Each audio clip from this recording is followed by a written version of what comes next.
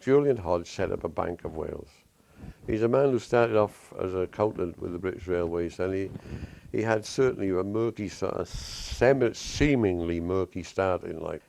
He was well into the business of people buying cars on hire purchase, and before you knew it, he had large garages and hire purchase, and he became a rich and wealthy man, and he set up the Bank of Wales. He recruited as directors James Callaghan, from MP for Cardiff South, who successively was Home Secretary, Foreign Secretary, Chancellor and Prime Minister. He also recruited MP for Cardiff West, George Thomas, Secretary of State for Wales and Speaker of the House of Commons. They were his directors with him on the Bank of Wales. As I say, a strange reputation. They moved the Bank of Wales to Jersey, and the story is that South Africa, whereas Britain was worried about currency going out of Britain, they weren't worried about it coming in. And South African companies were pumping money into the bank in Jersey, and they was bringing it in then to Britain. Virgin Territory, they found new companies in the Virgin Territory.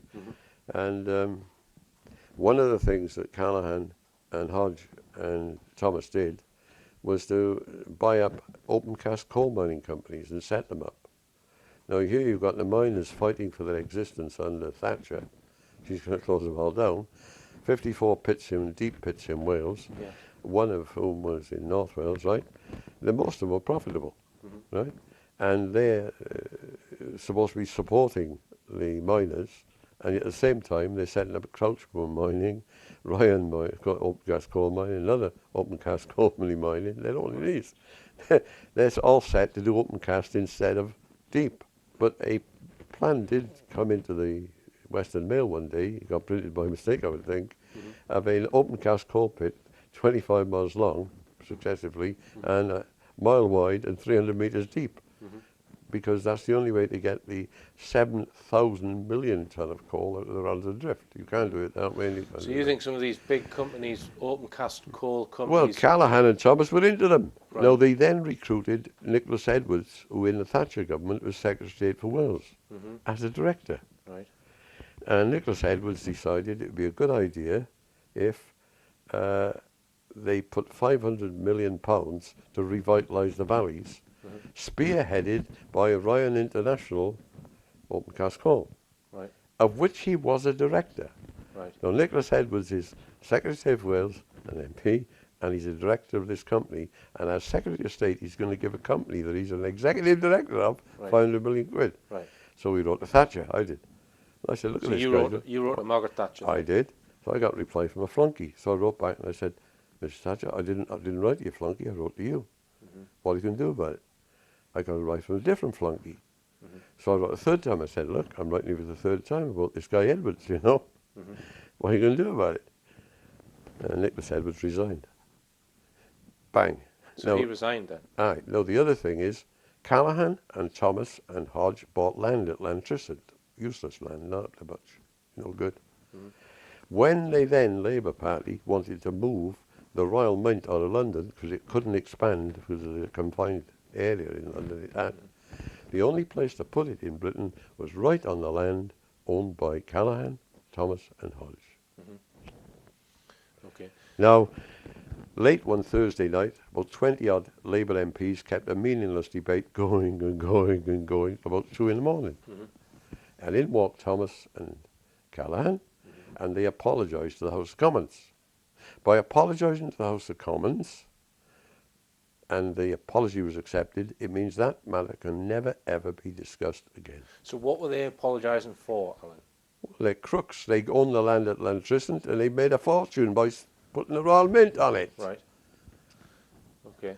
So they're going to be looking through bars, all right? They're not going to be drinking at the bar. They're going to be looking through them. So what you're saying is that there's corruption involved all over the place in politics. How's that affected your work then? Are you saying that some of these big businesses would not want archaeological digs in on Wales sites that are valuable for that have other got purposes? Coal underneath them? That's right. That's part of it. Right. So there's all sorts. You wouldn't be putting the windmill farm up on that damn mountain if they know what we got. So there's a possible another motive of the powers that be, shall we say, to not want you That's right. just making discoveries or That's right. archaeological digs, because That's there's right. coal under there. But they're not digging it out now. It's a future resource, but you'll never Right. get it up if King Arthur and all the other things that's on it are on it. Right. You'll never touch it. So They don't know where we're right. going to find something next, do they? Yeah. So if say the Ark of the Covenant was dug up at Unisabul, then there's no way people are going to start digging coal from there. That's what you're saying. If It's going to be Arthur and St. Peter's and King Hycaranic and the grave of King Moedig is all up on the mountain above Brunei, you're not going to get that on the drift. You ain't going to dig that up. Right. Okay. So there's another. Now, you wouldn't dig up coal in Stonehenge, would you? You destroy Stonehenge? I don't think so. Yeah. You see what I'm getting at? Yeah. Yeah. And these are, we've had to find out what reasons there might be in this. But there's other little things, also little things in the straws in the wind. Well, one of the things that you want done is to have the site excavated on Unisabul to see if the Ark of the Covenant is there. One of the most important something's there. artifacts. Because the metal detector is not human being. It can't lie. It goes bzz, bzz, bzz, bzz. And if it hits non-ferrous metal, it goes ding, ding, ding. Yeah. If it's ferrous metal, it goes dong, dong, dong. Yeah. Well, the bottom line is we're asking them to dig a hole, basically. Cut all the flim-flam out, subterfuge and these slimy cloak and dagger conspiracies and this conniving. If we are incorrect, there's only one, we'll have egg on our faces. But they have been avoiding digging that place up at all costs. The evidence as to why the Ark of the Covenant is claimed to be in this location will be presented in a future show. I spoke to the metal detection expert who has already surveyed the site.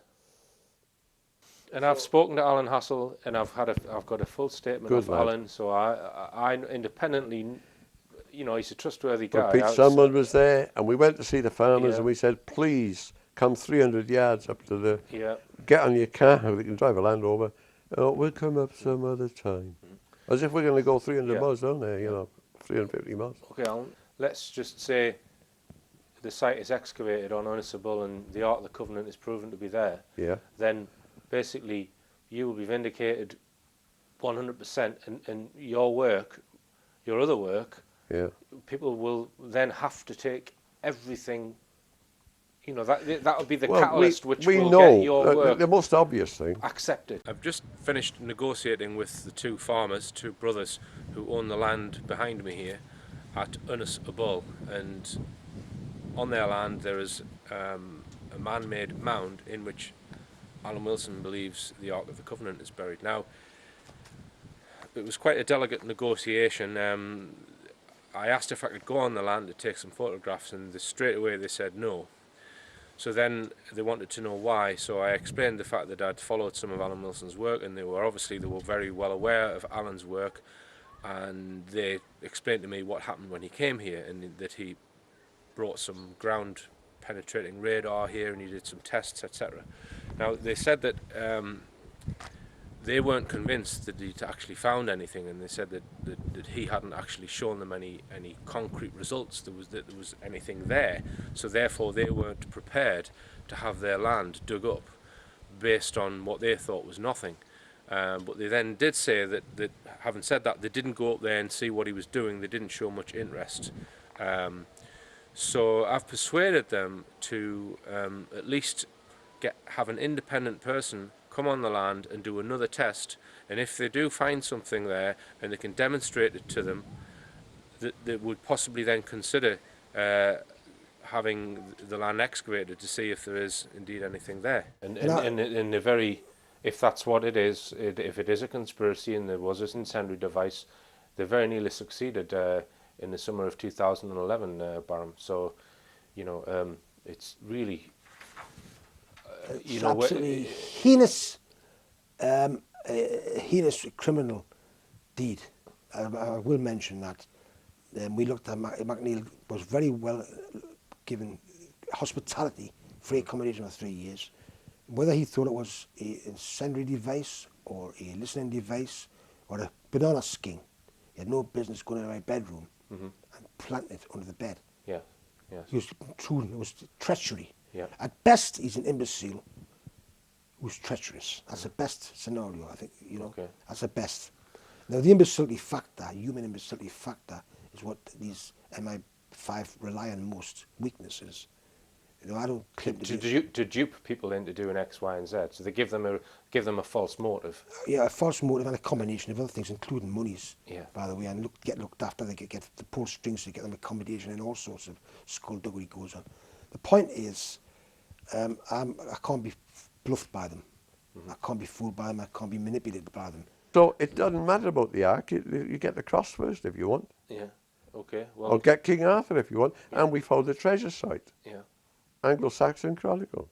And the British, gathered together all the treasures of Britain and buried them in one place, and no man has seen them since. Oh, yeah? But I'm very loyal, which is becoming an unfashionable quality in this generation, loyalty and old school values. I've been down to the site where you and Alan, well, Alan says he knows the Ark of the Covenant is buried at Abu. The other thing that Julian Hodge set up a Bank of Wales. He's a man who started off as an accountant with the British Railways, and he had certainly a murky, sort of seemingly murky start in life. He was well into the business of people buying cars on hire purchase, and before you knew it, he had large garages and hire purchase, and he became a rich and wealthy man, and he set up the Bank of Wales.